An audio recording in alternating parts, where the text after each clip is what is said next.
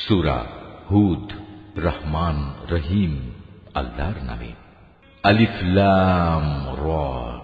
এ কোরআন হচ্ছে এমন একটি কিতাব যার আয়াতসমূহকে অত্যন্ত সুস্পষ্ট ও সুবিন্যস্ত করে রাখা হয়েছে। অতঃপর বর্ণনাসমূহ এখানে বিশদভাবে বলে দেয়া হয়েছে। এ কিতাব এক প্রজ্ঞাময় সর্বজ্ঞ সত্তার কাছ থেকেই তোমার কাছে এসেছে। এর বক্তব্য হচ্ছে, তোমরা আল্লাহ তাআলা ছাড়া আর কারো গোলামি করবে না, আর আমি তো তোমাদের জন্য তার কাছ থেকে আযাবের ভয় প্রদর্শনকারী ও জান্নাতের সুসংবাদ দানকারী মাত্র। এর উদ্দেশ্য হচ্ছে তোমরা যেন তোমাদের মালিকের দরবারে তোমাদের গুনাহ খাতার জন্য ক্ষমা চাইতে পারো, অতঃপর গুনাহ থেকে তওবা করে তাঁর দিকে ফিরে আসতে পারো। তাহলে তিনি তোমাদের একটি সুনির্দিষ্ট সময়সীমা পর্যন্ত উত্তম জীবন সামগ্রী দান করবেন এবং প্রতিটি মর্যাদাবান ব্যক্তিকে তার মর্যাদা অনুযায়ী পাওনা আদায় করে দেবেন। আর যদি তোমরা মুখ ফিরিয়ে নাও, তাহলে আমি অবশ্যই তোমাদের জন্য একটি কঠিন দিনের আযাবের ভয় করছি। কেননা এ জীবনের শেষে তোমাদের সবাইকে আল্লাহ তাআলার কাছেই ফিরে যেতে হবে এবং তিনি সর্ববিষয়ের উপর একক ক্ষমতাবান।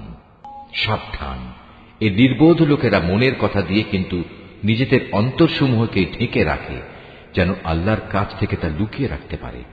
কিন্তু এরা কি জানে না, যখন তারা কোনো কাপড় দিয়ে নিজেদের ঢেকে দেয়, তখন আল্লাহ তাআলা অবশ্যই জানেন তারা তার ভেতরে কোন বিষয় লুকিয়ে রাখছে আর কোন বিষয় তারা প্রকাশ করছে। অবশ্যই তিনি মনের ভেতরের সব কথা জানেন। জমিনের উপর বিচরণশীল এমন কোন জীব নেই যার রিজিক পৌঁছানোর দায়িত্ব আল্লাহর উপর নেই। তিনি যেমন তার আবাস সম্পর্কে অবহিত, তেমনি তার মৃত্যুর পর তাকে যেখানে সোপর্দ করা হবে তাও তিনি জানেন। এসব কথা একটি সুস্পষ্ট গ্রন্থে লিপিবদ্ধ আছে। আর তিনি আল্লাহ তাআলা, যিনি আসমান সমূহ ও জমিন 6 দিনের মধ্যে সৃষ্টি করেছেন। সে সময় তার আরশ ছিল পানির উপর। এ সৃষ্টি কৌশলের লক্ষ্য ছিল যেন তিনি এটা যাচাই করে নিতে পারেন তোমাদের মধ্যে কে তার আচার আচরণে সর্বোৎকৃষ্ট। হে নবী, আজ যদি তুমি এদের বলো মৃত্যুর পর তোমাদের অবশ্যই পুনরুত্থিত করা হবে, তাহলে যেসব মানুষ কুফরের রাস্তা গ্রহণ করেছে তারা সাথে সাথেই বলবে, এ কিতাব তো সুস্পষ্ট জাদু ছাড়া আর কিছুই নয়। আমি যদি নির্দিষ্ট একটা মেয়াদের জন্য তাদের এ আযাব তাদের কাছ থেকে সরিয়ে রাখি, তাহলে তামাশার ছলে ওরা বলবে, কোন জিনিস এখন এ আযাবকে আটকে রেখেছে? অথচ যেদিন এ আযাব তাদের উপর এসে পতিত হবে, সেদিন এ আযাব তাদের কাছ থেকে সরাবার কেউ থাকবে না। যে আযাব নিয়ে তারা হাসি বিদ্রুপ করছিল তা তাদের পরিবেষ্টন করে ফেলবে। আমি যদি মানুষকে একবার আমার রহমতের স্বাদ আস্বাদন করাই এবং পরে কোনো কারণে যদি তা তার কাছ থেকে ছিনিয়ে নিই, তাহলে সে নিরাশ ও অকৃতজ্ঞ হয়ে পড়ে। আবার কোনো দুঃখ দৈন্য তাকে স্পর্শ করার পর যদি তাকে আমি অনুগ্রহের স্বাদ ভোগ করাই, তখন সে বলতে শুরু করে, হ্যাঁ, এবার আমার সব বিপদ মুসিবত কেটে গেছে। আসলে সে অল্পতেই যেমন উৎফুল্ল হয়ে ওঠে, তেমনি সহজেই আবার অহংকারী হয়ে যায়। কিন্তু যারা পরম ধৈর্য ধারণ করে এবং নেক আমল করে, এরাই হচ্ছে সেসব লোক যাদের জন্য রয়েছে আল্লাহর ক্ষমা ও মহা পুরস্কার। হে নবী, কাফেররা মনে করে সম্ভবত তোমার কাছে যা ওহী নাজিল হয় তার কিয়দংশ তুমি ছেড়ে দাও, এবং এ কারণে তোমার মনোকষ্ট হবে যখন তারা বলে বসবে, এ ব্যক্তির ওপর কোনো ধনভাণ্ডার অবতীর্ণ হল না কেন, কিংবা তার সাথে সাক্ষ্য দেওয়ার জন্য কোনো ফেরেশতা এলো না কেন। তুমি এতে মনক্ষুণ্ণ হও না। তুমি তো হচ্ছে পরকালের আযাবের ভয় প্রদর্শনকারী একজন রসুল মাত্র। যাবতীয় কাজকর্মের আসল কর্ম বিধায়ক তো হচ্ছেন স্বয়ং আল্লাহ তাআলা।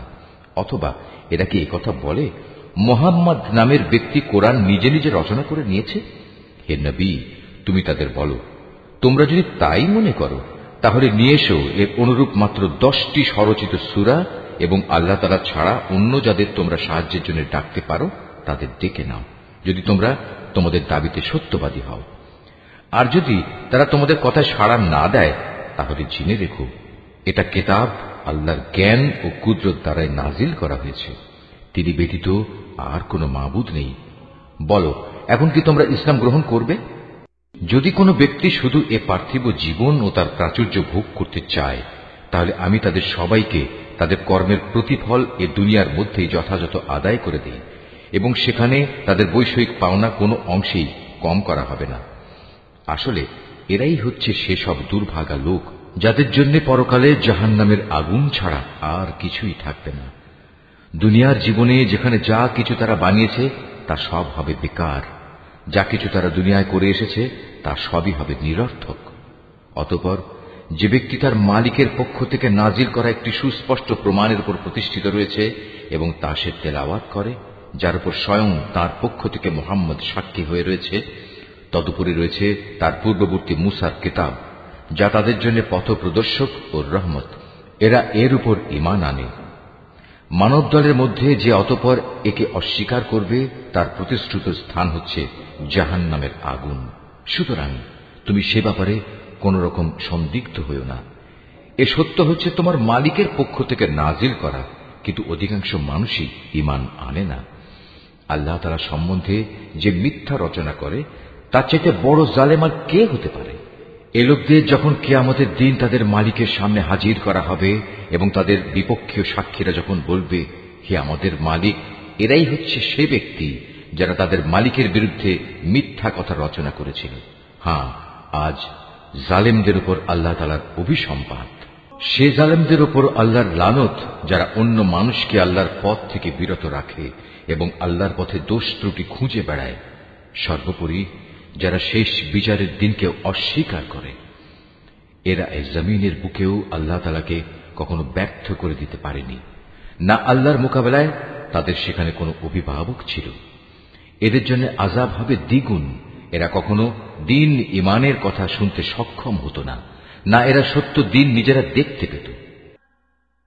এরাই হচ্ছে সেসব লোক যারা নিজেদের দারুণ ক্ষতি সাধন করল। দুনিয়ায় যত মিথ্যা তারা রচনা করেছিল, আখেরাতে তার সবই তাদের কাছ থেকে হারিয়ে যাবে। অবশ্যই এরা হবে আখেরাতে সর্বাধিক ক্ষতিগ্রস্ত মানুষ। পক্ষান্তরে যারা আল্লাহর উপর নিশ্চিত ঈমান এনেছে এবং নেক আমল করেছে, উপরন্তু নিজেদের মালিকের প্রতি সদা বিনয়াবনত থেকেছে, তারা হবে জান্নাতের বাসিন্দা। সেখানে তারা চিরকাল অবস্থান করবে। জাহান্নামী আর জান্নাতি এ দুটো দলের উদাহরণ হচ্ছে এমন, যেমন একদল হচ্ছে অন্ধ ও বধির, আর একদল হচ্ছে চক্ষুষ্মান ও শ্রবণ শক্তি সম্পন্ন। এ দুটো দল কি সমান? তোমরা কি এখনো শিক্ষা গ্রহণ করবে না? আমি অবশ্যই নূহকে তার জাতির কাছে পাঠিয়েছি। সে তাদের বলল, আমি হচ্ছি তোমাদের জন্য একজন সুস্পষ্ট সতর্ককারী। এ দাওয়াতের বক্তব্য হচ্ছে যেন তোমরা আল্লাহ তাআলা ছাড়া অন্য কারো ইবাদত না করো। আমি আশঙ্কা করছি তোমাদের উপর এক ভয়াবহ দিনের আযাব এসে পড়বে। অতঃপর তার জাতির নেতৃস্থানীয় লোকেরা, যারা আগে থেকেই কুফরির পথে চলে আসছিল, বলল, আমরা তো তোমার মধ্যে এর বাইরে কিছুই দেখতে পাচ্ছি না যে তুমি আমাদের মতোই একজন মানুষ। আমরা এও দেখতে পাচ্ছি না যে আমাদের মধ্যেকার কিছু নিম্ন স্তরের লোক ছাড়া কেউ তোমার অনুসরণ করছে, এবং তারাও তা করছে কিছু না বুঝে, শুধু ভাষা দৃষ্টি দিয়ে। আসলে আমরা আমাদের উপর তোমাদের জন্য তেমন কোনো মর্যাদাই দেখতে পাচ্ছি না। মূলত আমরা তোমাদের মনে করি তোমরা হচ্ছে মিথ্যাবাদী। সে বলল, হে আমার জাতি, তোমরা কি এ কথা ভেবে দেখেছ, আমি যদি আমার মালিকের পাঠানো একটি সুস্পষ্ট প্রমাণের উপর প্রতিষ্ঠিত থাকি, অতঃপর তিনি যদি আমাকে তার নবুয়তের বিশেষ রহমত দিয়ে ধন্য করে থাকেন, যা তোমাদের দৃষ্টির বাইরে রাখা হয়েছে, তাহলে সেই বিষয়টার ব্যাপারে আমি কি তোমাদের বাধ্য করতে পারি? অথচ তোমরা তা অপছন্দ করো। হে আমার জাতি, আমি যা কিছু তোমাদের বলছি এর উপর তোমাদের কাছ থেকে কোনো অর্থ সম্পদ চাই না। আমার বিনিময় তো আল্লাহ তাআলার কাছেই আছে, এবং যারাই আল্লাহর উপর ঈমান এনেছে, গরীব হওয়ার কারণে তাদের তাড়িয়ে দেওয়ার মানুষ আমি নই। কেননা তাদেরও একদিন তাদের মালিকের সাথে সাক্ষাৎ করতে হবে, এবং আমি তো তোমাদেরই দেখতে পাচ্ছি তোমরা সবাই হচ্ছ এক নিরেক অজ্ঞ সম্প্রদায়।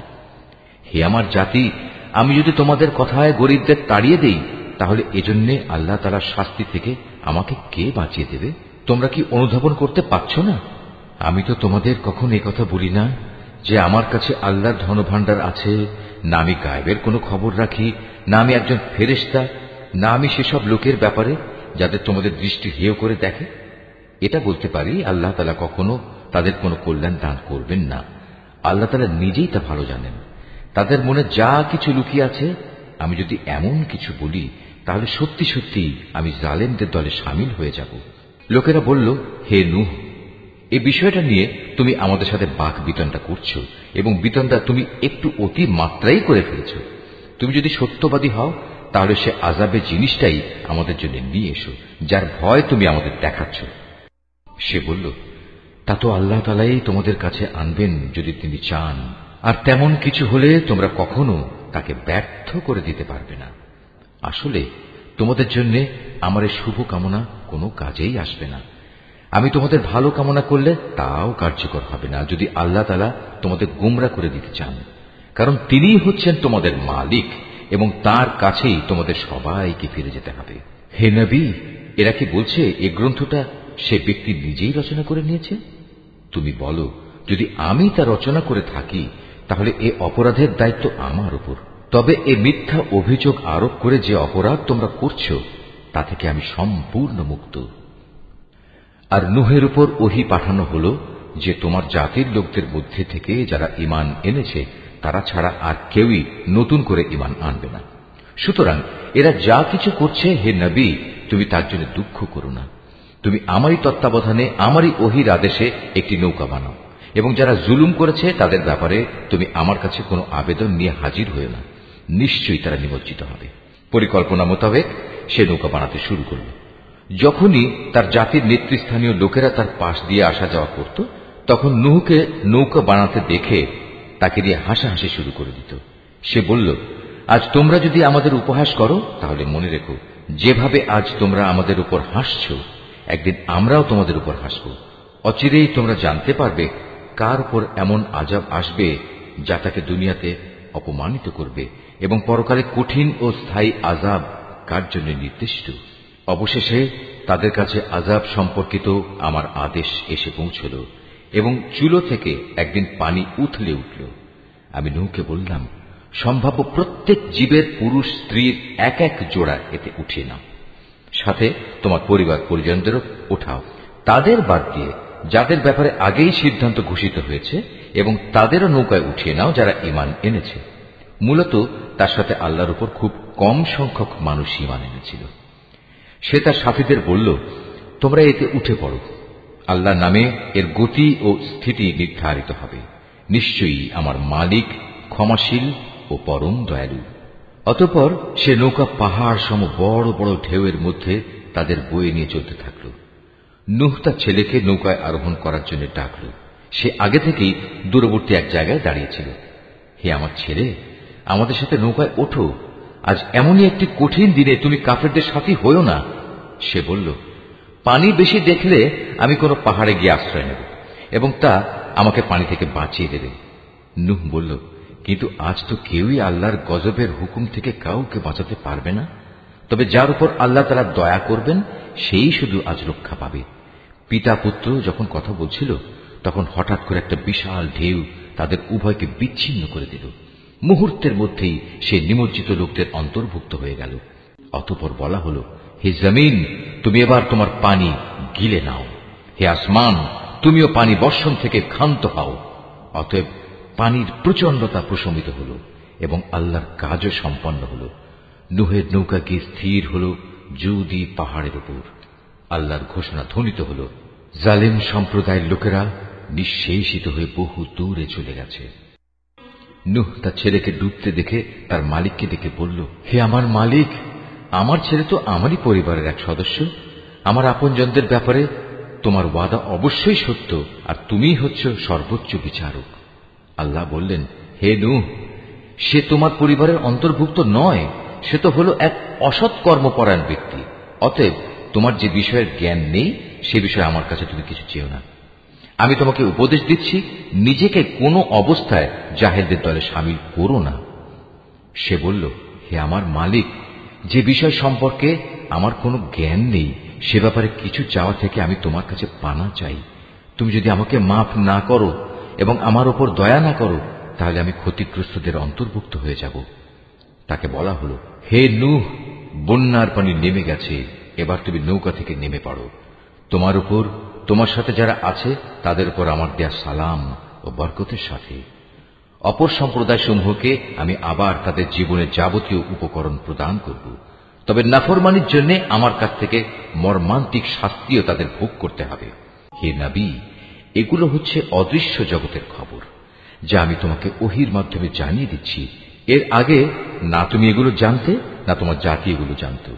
অতএব তুমি ধৈর্য ধারণ করো, কারণ ভালো পরিণাম ফল সব সময়ই পরেজগার লোকদের জন্যই নির্দিষ্ট থাকে। আর আমি আদ জাতির কাছে তাদেরই এক ভাই হুদকে পাঠিয়েছিলাম।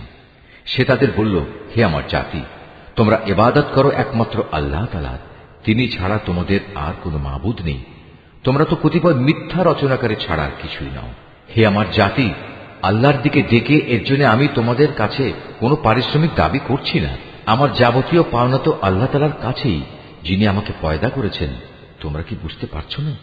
হে আমার জাতি, তোমরা তোমাদের মালিকের কাছে গুনাহখাতা মাফ চাও, অতঃপর তোমরা তাঁর দিকেই ফিরে আসো। তিনি খুশি হয়ে তোমাদের উপর প্রচুর বৃষ্টি বর্ষণকারী মেঘমালা পাঠাবেন এবং তোমাদের আরো শক্তি যুগিয়ে তোমাদের বর্তমান শক্তি আরো বাড়িয়ে দেবেন। অতএব তোমরা অপরাধী হয়ে তার ইবাদত থেকে মুখ ফিরিয়ে নিও না। তারা বলল, হে হুদ, তুমি তো আমাদের কাছে ধরা ছোঁয়ার মতো কোনো স্পষ্ট দলিল প্রমাণ নিয়ে আসনি। শুধু তোমার মুখের কথায় আমরা কিন্তু আমাদের দেবতাদের ছেড়ে দেওয়ার লোক নই। আমরা তোমার উপর বিশ্বাস করে মোমেনও হয়ে যাব না। আমরা তো বরং বলি, আসলে আমাদের কোন দেবতা অশুভ কিছু দ্বারা তোমাকে আবিষ্ট করে ফেলেছে। এ উদ্ভট কথা শুনে সে বলল, আমি আল্লাহকে সাক্ষী করছি এবং তোমরাও আমার এই কথায় সাক্ষী হও। তোমরা যেভাবে আল্লাহর সাথে শিরক করো, আমি তা থেকে সম্পূর্ণ মুক্ত। যাও, তোমরা সবাই মিলে আল্লাহ তাআলাকে বাদ দিয়ে আমার বিরুদ্ধে যত রকম ষড়যন্ত্র করতে চাও করো, অতঃপর আমাকে কোন রকম প্রস্তুতির অবকাশ দিও না। আমি তো আল্লাহ তাআলার উপরই ভরসা করি, যিনি আমার মালিক, তোমাদেরও মালিক। বিচরণশীল এমন কোন প্রাণী নেই যার নিয়ন্ত্রণ তাঁর হাতের মুঠোয় নয়। অবশ্যই আমার মালিক সঠিক পথের উপর রয়েছেন। এ সত্ত্বেও যদি তোমরা মুখ ফিরিয়ে নাও, তাহলে জেনে রেখো, আমি যে পয়গাম তোমাদের কাছে পৌঁছে দেওয়ার জন্য প্রেরিত হয়েছিলাম তা আমি তোমাদের কাছে পৌঁছে দিয়েছি। অচিরেই আমার মালিক অন্য কোন জাতিকে তোমাদের স্থলাভিষিক্ত করবেন। সে অবস্থায় তোমরা তার কোনো ক্ষতি সাধন করতে পারবে না। অবশ্যই আমার মালিক প্রত্যেকটি বস্তুরই রক্ষণাবেক্ষণ করেন। অতঃপর যখন আমার আযাব সম্পর্কিত হুকুম এলো, তখন আমি হুদকে এবং তার সাথে যত ঈমানদার ছিল তাদের আমার রহমত দ্বারা আযাব থেকে বাঁচিয়ে দিয়েছি। এভাবেই আমি তাদের এক কঠিন আযাব থেকে রক্ষা করেছি। এ হচ্ছে আদ জাতি ও তাদের কাহিনী। তারা তাদের মালিকের আয়াতসমূহ অস্বীকার করেছিল, তারা তার রাসূলদের নাফরমানি করেছিল। সর্বোপরি তারা প্রত্যেক উদ্ধত স্বৈরাচারীর নির্দেশ মেনে নিয়েছিল। পরিশেষে এ দুনিয়ায় আল্লাহর অভিশাপ তাদের পিছু নিল, কিয়ামতের দিনও এ অভিশাপ তাদের পিছু নেবে। ভালো করে শুনে রেখো, আদ জাতি তাদের মালিককে অস্বীকার করেছিল। এও জেনে রেখো, ধ্বংসই ছিল হুদের জাতি আদের একমাত্র পরিণতি। আমি সামুদ জাতির কাছে তাদেরই এক ভাই সালেহকে পাঠিয়েছিলাম। সে তাদের বলল, হে আমার জাতি, তোমরা সবাই একান্তভাবে আল্লাহর ইবাদত করো। তিনি ছাড়া তোমাদের আর কোনো মাবুদ নেই। তিনি তোমাদের এ জমিন থেকেই পয়দা করেছেন এবং তাতেই তিনি তোমাদের বসবাস করিয়েছেন। অতএব কৃতজ্ঞতা স্বরূপ তোমরা তাঁর কাছে গুনাহের জন্য ক্ষমা প্রার্থনা করো, অতঃপর তওবা করে তাঁর দিকেই ফিরে এসো। অবশ্যই আমার মালিক প্রত্যেকের একান্ত নিকটবর্তী এবং প্রত্যেক ব্যক্তির ডাকে তিনি জবাব দেন। তারা বলল, হে সালেহ, এর আগে তুমি এমন একজন মানুষ ছিলে যার ব্যাপারে আমাদের মধ্যে অনেক বড় বড় আশা করা হতো। আর এখন কি তুমি আমাদের সেসব মাবুদের ইবাদত থেকে বিরত রাখতে চাও যাদের ইবাদত আমাদের পিতামাতারা যুগ যুগ থেকে করে আসছে? আসলে তুমি যে দিনের দিকে আমাদের ডাকছ, সে ব্যাপারে আমরা সন্দেহে নিমজ্জিত আছি। এ ব্যাপারে আমরা খুব দ্বিধাগ্রস্তও বটে। সে বলল, হে আমার জাতি, তোমরা কি এ বিষয়টা নিয়ে একটু চিন্তা করে দেখোনি যে যদি আমি আমার মালিকের পক্ষ থেকে একটি সুস্পষ্ট দলিলের উপর প্রতিষ্ঠিত থাকি এবং তিনি যদি আমাকে তার অনুগ্রহ দিয়ে ধন্য করে থাকেন, তা সত্ত্বেও যদি আমি কোনো গুনাহ করে বসি, তাহলে কে এমন আছে যে আল্লাহর মোকাবেলায় আমাকে সাহায্য করবে? আসলে অন্যায় আবদার করে তোমরা আমার ক্ষতির পরিমাণই শুধু বৃদ্ধি করছ। হে আমার সম্প্রদায়, এ হচ্ছে আল্লাহ তাআলার পাঠানো উটনী। তোমরা যে নিদর্শন চাচ্ছিলে, এটা হচ্ছে তোমাদের জন্য সেই নিদর্শন। অতএব আল্লাহর এই নিদর্শনকে ছেড়ে দাও। সে আল্লাহর জমিনে চড়ে খাক, তাকে কোন রকম কষ্ট দেওয়ার নিয়তে ছুঁয়ো না। তেমনটি করলে সাথে সাথেই একটি বড় ধরনের আযাব তোমাদের পাকড়াও করবে। অতঃপর তারা সেটিকে বধ করে ফেলল। তখন সে বলল, চলে যাও, তোমরা তোমাদের নিজ নিজ ঘরে 3 দিন জীবন উপভোগ করে নাও। আযাবের ব্যাপারে আল্লাহর এ ওয়াদা কখনো মিথ্যা হবার নয়। এরপর ওয়াদা মতো যখন আমার আযাবের নির্দেশ এলো এবং তা তাদের ভীষণভাবে পাকড়াও করল, তখন আমি সালেহকে এবং তার সাথে আরো যারা ঈমান এনেছিল তাদের সবাইকে আমার রহমত দিয়ে সেদিনের অপমানকর আযাব থেকে বাঁচিয়ে দিলাম। অবশ্যই হে নবী, তোমার মালিক শক্তিমান ও পরাক্রমশালী। অতঃপর যারা আল্লাহ দ্বীনের সাথে জুলুম করেছে, এক মহানাদ এসে তাদের মরণ আঘাত করল। ফলে তারা নিজ নিজ ঘরে মুখ থুবড়ে পড়ে রইল। অবস্থাটিকে মনে হল যেন তারা কোনোদিন সেখানে বসবাসই করেনি। শুনে রাখো, সামুদ জাতি তাদের মালিককে অস্বীকার করেছিল। আরো জেনে রেখো, নির্মম এক ধ্বংসই ছিল সামুদ জাতির জন্য নিকৃষ্ট পরিণাম। একদিন আমার পাঠানো ফেরেশতারা বিশেষ একটি সুসংবাদ নিয়ে ইব্রাহিমের কাছে এলো। তারা তার কাছে এসে বলল, তোমার উপর শান্তি বর্ষিত হোক। সেও জবাবে বলল, তোমাদের উপরও শান্তি বর্ষিত হোক। অতঃপর সে তাড়াহুড়ো করে এদের মেহমানদারির জন্য একটা ভুনা গোবৎস নিয়ে এলো। কিন্তু সে যখন দেখল তারা তার খাবারের দিকে হাত বাড়াচ্ছে না, তখন তাদের এই বিষয়টি তার কাছে খারাপ লাগলো এবং তাদের সম্পর্কে তার মনে একটা প্রচ্ছন্ন ভয়ের সৃষ্টি হল। তারা ইব্রাহিমকে বলল, আমাদের ব্যাপারে তুমি কোন রকম ভয় করো না, আমরা প্রেরিত হয়েছি লুতের জাতির প্রতি। আর ইব্রাহিমের স্ত্রী যে সেখানে দাঁড়িয়েছিল, এদের কথাবার্তা শুনে সে হাসল। অতঃপর আমি তাকে তার ছেলে ইসহাক ও তার পরবর্তী পৌত্র ইয়াকুবের জন্মের সুসংবাদ দিলাম। সে এটা শুনে বলল, কি আশ্চর্য, আমি কি করে সন্তান জন্ম দেব? আমি তো এখন বৃদ্ধা হয়ে গেছি, আর এই যে আমার স্বামী, সেও তো বৃদ্ধ হয়ে গেছে। এমন কিছু হলে এটা আসলেই একটা আশ্চর্যজনক ব্যাপার হবে। তারা বলল, তুমি কি আল্লাহর কোনো কাজে বিস্ময়বোধ করছো? নবীর পরিবার পরিজন হিসেবে তোমাদের উপর আল্লাহর বিশেষ রহমত ও তার অনুগ্রহ রয়েছে। অবশ্যই আল্লাহ তাআলা প্রচুর প্রশংসা ও বিপুল সম্মানের মালিক। অতঃপর যখন ইব্রাহিমের মন থেকে ভীতি দূরীভূত হয়ে গেল এবং ইতিমধ্যে তার কাছে সন্তানের ব্যাপারেও সুসংবাদ পৌঁছে গেল, তখন সে লুতের সম্প্রদায়ের কাছে আযাব না পাঠানোর ব্যাপারে আমার সাথে চুক্তিতর্ক করল। আসলে স্বভাবের দিক থেকে ইব্রাহিম ছিল সহনশীল, কোমল হৃদয় ও সর্বাবস্থায় আল্লাহর প্রতি নিবেদিত। আমি তাকে বললাম, হে ইব্রাহিম, এ যুক্তিতর্ক থেকে তুমি বিরত হও। এদের ব্যাপারে তোমার মালিকের সিদ্ধান্ত এসে গেছে। এখন এদের উপর এমন এক ভয়ানক শাস্তি আসবে যেটা কারো পক্ষেই রোধ করা সম্ভব হবে না। যখন আমার প্রেরিত ফেরেশতারা লুতের কাছে এলো, সে এদের অকস্মাৎ আগমনে কিছুটা বিষণ্ণ হল। তাদের কারণে তার মনও কিছুটা খারাপ হয়ে গেল এবং সে নিজে নিজে বলল, আজকের দিন দেখছি সত্যিই বড় কঠিন বিপদের দিন।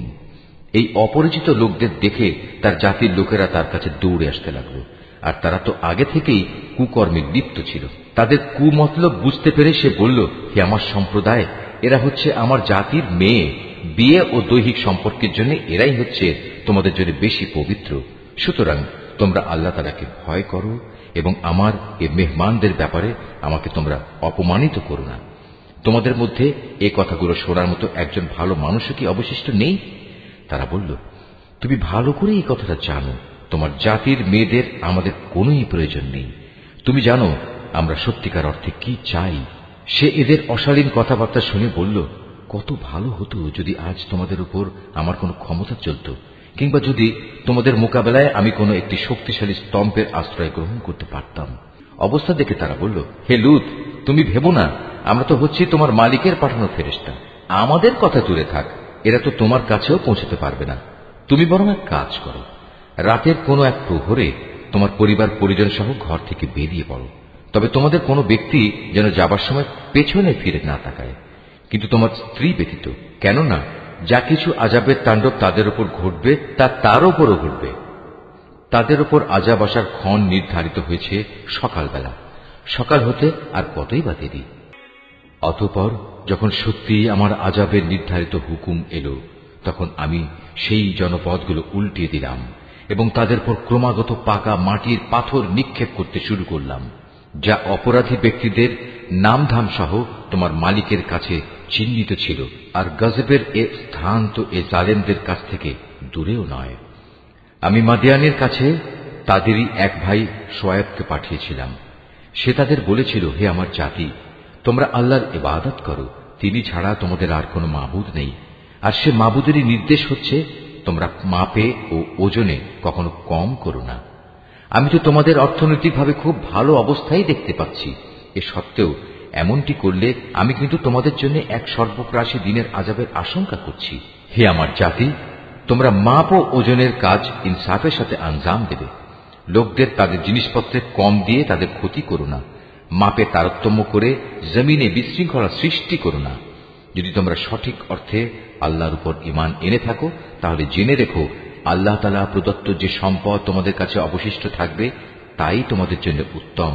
আমার কাজ শুধু তোমাদের বলা, আমি তো তোমাদের উপর পাহারাদার নই। তারা বলল, হে শুআয়ব, তোমার নামাজ কি তোমাকে এই আদেশ দেয় যে আমরা আমাদের দেবতাদের ইবাদত ছেড়ে দেব, বিশেষ করে এমন সব দেবতাদের যাদের ইবাদত আমাদের পিতৃপুরুষরা করত? তোমার নামাজ কি তোমাকে এই আদেশ দেয় যে আমরা আমাদের ধন সম্পদ নিয়ে যা করতে চাই তা আর করতে পারবো না? আমরা জানি তুমি এক ধৈর্যশীল নেককার মানুষ। সে বলল, হে আমার জাতি, তোমরা কি কখনো এই কথা ভেবে দেখেছ, যদি আমি আমার মালিকের পাঠানো একটি সুস্পষ্ট দলিলের উপর প্রতিষ্ঠিত থাকি, অতঃপর তিনি যদি আমাকে তার কাছ থেকে উত্তম রিজিকের ব্যবস্থা করেন, তাহলে কি আমি তোমাদের তার পথে ডাকবো না? আমি কখনো এটা চাই না যে কথা থেকে আমি তোমাদের বারণ করি নিজে তার বিরুদ্ধে চলব।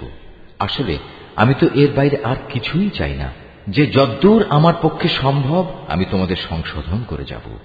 আমার পক্ষে যতটুকু কাজ আঞ্জাম দেয়া সম্ভব তা তো একান্তভাবে আল্লাহ তাআলার সাহায্য দ্বারাই সম্ভব।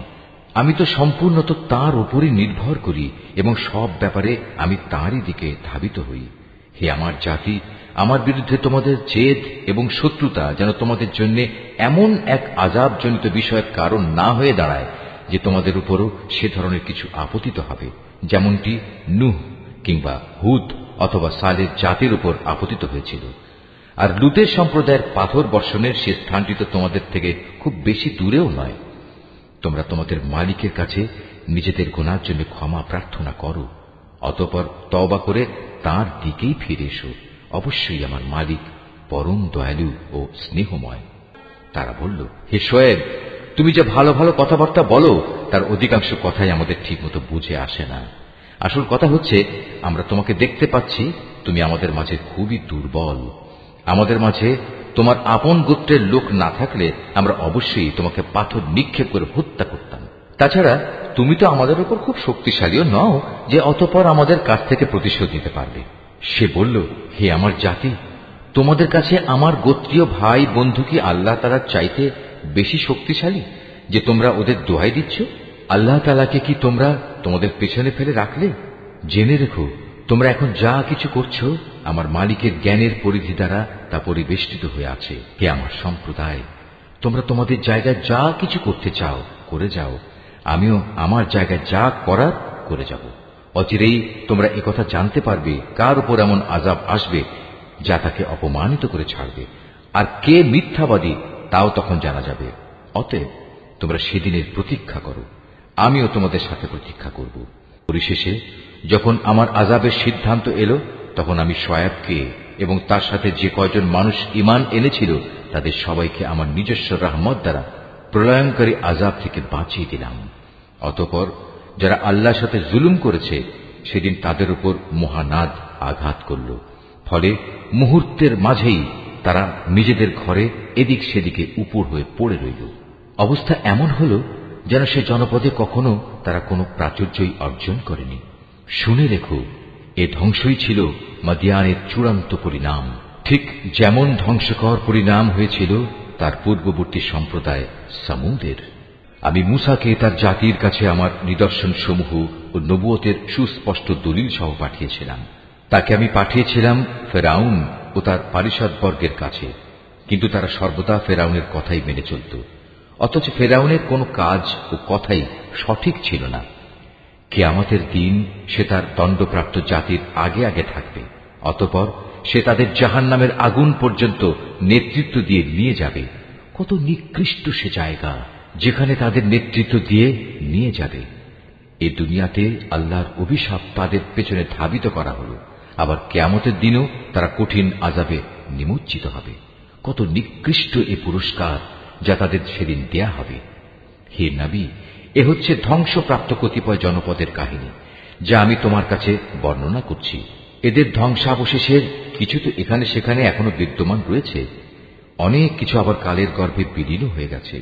এ আযাব পাঠিয়ে আমি কিন্তু তাদের উপর জুলুম করিনি, জুলুম তো বরং তারা নিজেদের উপর করেছে।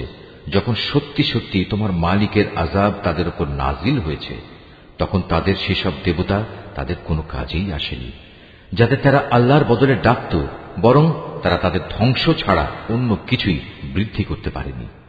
হে নবী, তোমার মালিক যখন কোন জনপদকে তাদের অধিবাসীদের জুলুমের কারণে পাকড়াও করেন, তখন তার পাকড়াও এমনই হয়, আল্লাহ তাআলার পাকড়াও অত্যন্ত কঠোর, অত্যন্ত ভয়ঙ্কর।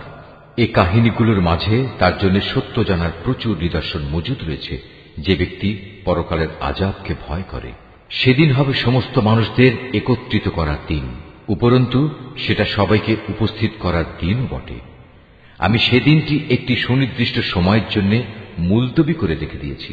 সেদিন যখন আসবে, তখন কেউ আল্লাহর অনুমতি ব্যতি রেখে কোনো কথা বলবে না। অতঃপর মানুষরা দুদলে বিভক্ত হয়ে যাবে, তাদের মধ্যে কিছু থাকবে হতভাগ্য আর কিছু থাকবে ভাগ্যবান। অতঃপর যারা হবে হতভাগ্য পাপী, তারা থাকবে জাহান্নামের আগুনে। সেখানে তাদের জন্য থাকবে আযাবের ভয়াবহ চিৎকার ও যন্ত্রণার ভয়াল আর্তনাদ। তারা সেখানে থাকবে চিরকাল, যতক্ষণ পর্যন্ত আসমান সমূহ ও জমিন বিদ্যমান থাকবে। তবে হ্যাঁ, তাদের কথা আলাদা, যাদের ব্যাপারে তোমার মালিক ভিন্ন কিছু চান। তোমার মালিক যখন যা চান তার বাস্তবায়নে তিনি একক ক্ষমতাবান। অপরদিকে যাদের ভাগ্যবান বানানো হবে, তারা সেদিন যাবে জান্নাতে।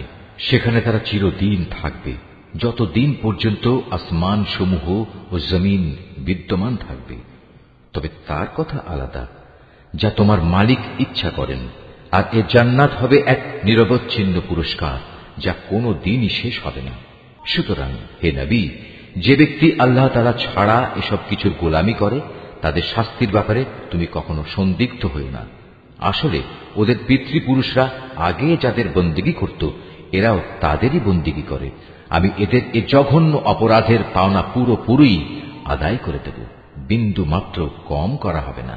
হে নবী, আমি মুসাকেও কিতাব দিয়েছিলাম, অতঃপর বনী ইসরাইলের তরফ থেকে সে কিতাবেও নানা রকম মতবিরোধ সৃষ্টি করা হয়েছিল। আসলে তোমার মালিকের পক্ষ থেকে এ বিদ্রোহীদের ব্যাপারে যদি আগে থেকেই এ কথার ঘোষণা না করে রাখা হতো যে এদের বিচার পরকালই হবে, তাহলে কবেই এদের ব্যাপারে দুনিয়ায় গজবের সিদ্ধান্ত এসে যেত। মূলত এরা এই গ্রন্থের ব্যাপারে বিভ্রান্তিকর সন্দেহে নিমজ্জিত আছে। আর তখন তোমার মালিক এদের সবাইকে নিজেদের কর্মফলের পুরোপুরি বিনিময় আদায় করে দেবেন, কেননা এরা আজ যা কিছু করছে তিনি তার সব কিছুই জানেন। অতএব হে নবী, তোমাকে যেমনি করে সত্যের উপর প্রতিষ্ঠিত থাকার আদেশ দেওয়া হয়েছে, তুমি তাতেই স্থির থাকো। তোমার সাথে আরো যারা কুফরি থেকে ফিরে এসেছে, তারাও যেন ঈমানের উপর দৃঢ় থাকে। তোমরা কখনো সীমা লঙ্ঘন করো না। এরা যা কিছু আজ করছে, আল্লাহ তাআলা অবশ্যই তার সব কিছু দেখছেন। হে মুসলমানরা, তোমরা কখনো এদের দিকে ঝুঁকে পড়ো না যারা ন্যায়ের সীমা লঙ্ঘন করেছে। তেমনটি করলে অবশ্যই জাহান্নামের আগুন তোমাদের স্পর্শ করবে। আর তেমন অবস্থায় আল্লাহ তাআলা ছাড়া তোমাদের কোনো অভিভাবক থাকবে না, এবং সে সময় তোমাদের কোন রকম সাহায্যও করা হবে না। হে নবী, নামাজ প্রতিষ্ঠা করো দিনের 2 প্রান্ত ভাগে ও রাতের 1 ভাগে। অবশ্যই মানুষের ভালো কাজসমূহ তাদের মন্দ কাজসমূহ মিটিয়ে দেয়। এটা হচ্ছে এক ধরনের উপদেশ তাদের জন্য যারা আল্লাহর স্মরণ করে। তুমি ধৈর্য ধারণ করো, নিশ্চয়ই আল্লাহ তাআলা নেককারদের পাওনা কখনো বিনষ্ট করেন না।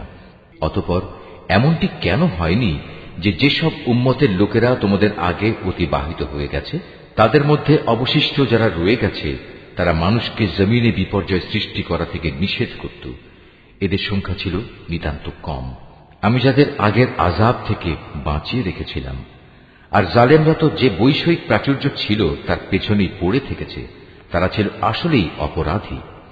এটা কখনো তোমার মালিকের কাজ নয় যে কোনো জনপদকে অন্যায়ভাবে ধ্বংস করে দেবেন, বিশেষ করে যখন সে জনপদের অধিবাসীরা সংশোধনে নিয়োজিত থাকে। হে নবী, তোমার মালিক চাইলে দুনিয়ার সব মানুষকে তিনি একই উম্মত বানিয়ে দিতে পারতেন, কিন্তু আল্লাহ তাআলা কারো উপর দিন চাপিয়ে দিতে চাননি। এ কারণে তারা হামেশাই নিজেদের মধ্যে মতবিরোধ করতে থাকবে। তবে তোমার মালিক যাদের উপর দয়া করেন তাদের কথা আলাদা।